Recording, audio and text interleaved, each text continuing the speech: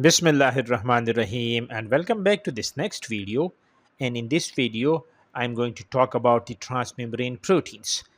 You can consider these transmembrane proteins as the driver of communication inside the cells, or you can say that these are the proteins which are making a connection between the exterior and the interior of a cell.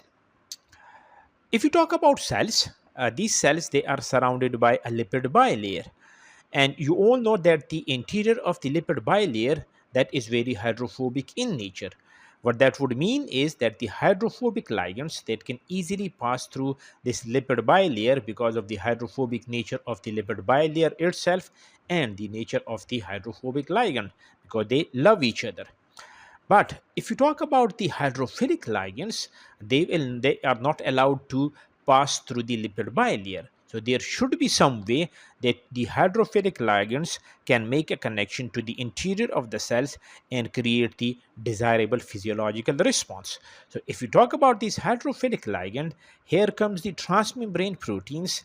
These transmembrane proteins, they allow the interaction of these hydrophilic ligands to their exterior, thereby communicating their message to the interior of the cells. So you can say these special proteins that span the cell surface and that allow a connection between the interior and the exterior of the cells, they are known as the transmembrane proteins.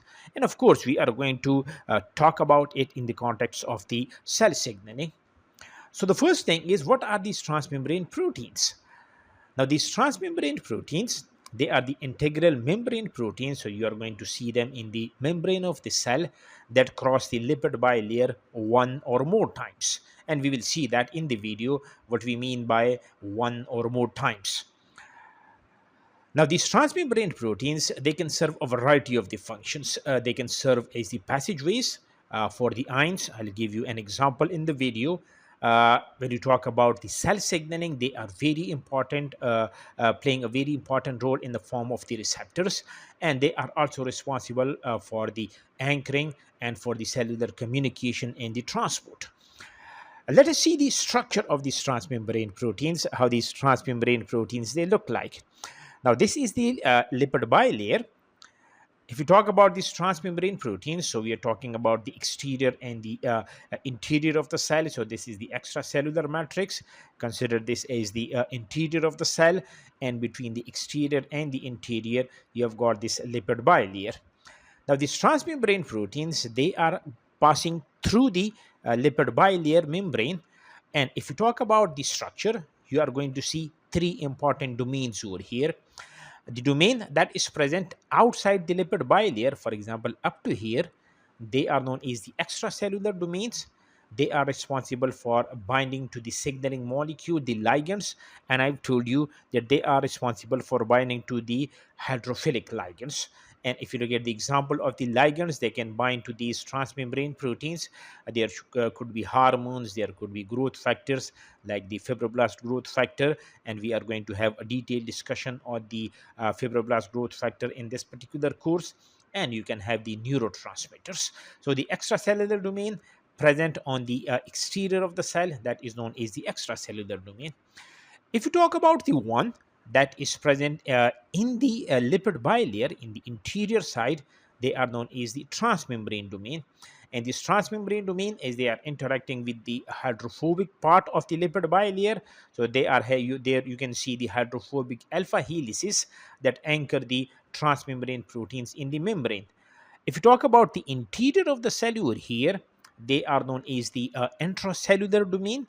And this intracellular domain, they trigger responses inside the cell, and they are going to initiate the downstream signaling cascade. So you can see over here that the ligand, the hydrophilic ligand that is binding to the exterior of the transmembrane, and that is initiating the downstream signaling cascades inside the cell. So it is communicating the exterior to the interior of the cell.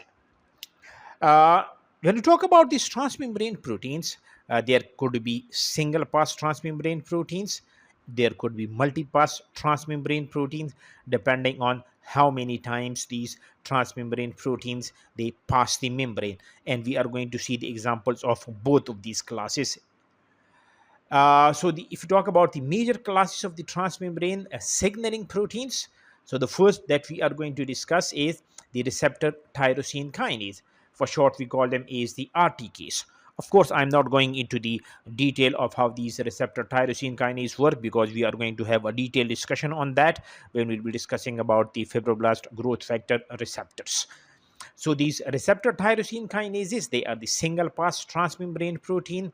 And the important thing about that is that these RTKs, they have got the intrinsic enzymatic activity. So they are tyrosine kinases, so they have got an intrinsic tyrosine kinase activity over here. So if you look at the example over here, if you look at the diagram, this is going to be the cell membrane.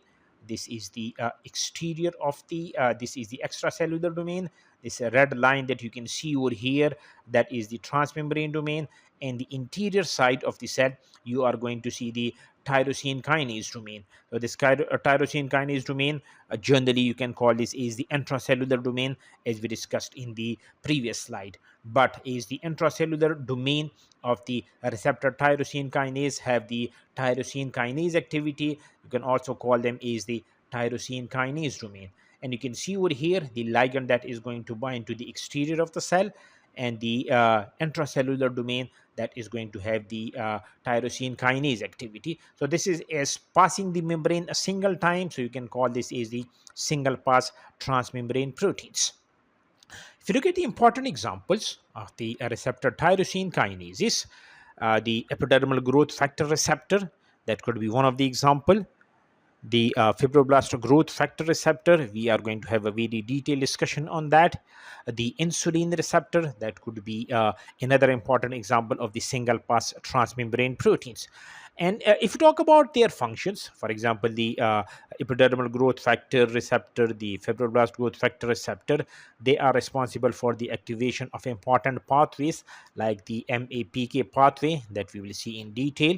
It can also go for the activation of the PI3K AKT pathway, and these pathways are very important in the regulating cell growth, proliferation, and the survival. If you talk about another important example of the single pass transmembrane proteins, that could be the cytokine receptors. And I'm going to give you the example of the Jack state pathway. These cytokine receptor, just like the RTKs, they are the single pass transmembrane proteins. Uh, the difference between the cytokine receptor and the RTKs is that the cytokine receptor, they lack the intrinsic kinase activity, and instead they are going to rely on associated cytoplasmic kinases, which are known as the Janus kinases, to activate the desirable signaling pathway. So if you can see over here, if these black lines, again, if this is the cell membrane, so you are going to have the extracellular domain, the transmembrane domain, and the intracellular domain. The cytokine is going to bind to the exterior on the extracellular binding domain, that is going to activate these attached kinases, which are known as the Jack kinases, for the activation of the pathway, which is known as the Jack state signaling pathway. Now, this Jack state signaling pathway, it is going to regulate a variety of the activities in the cell.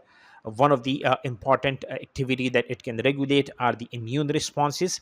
They are responsible for the activation of the T cells, the macrophages. They are very important in the management or the regulation of the hematopoiesis, which you can call is the formation of the blood cells. They are very important in the cell growth and differentiation, and they are very important in the antiviral defense. The important pathway that it can activate is known as the interferon signaling pathway, which is going to protect the unaffected cells from the viruses.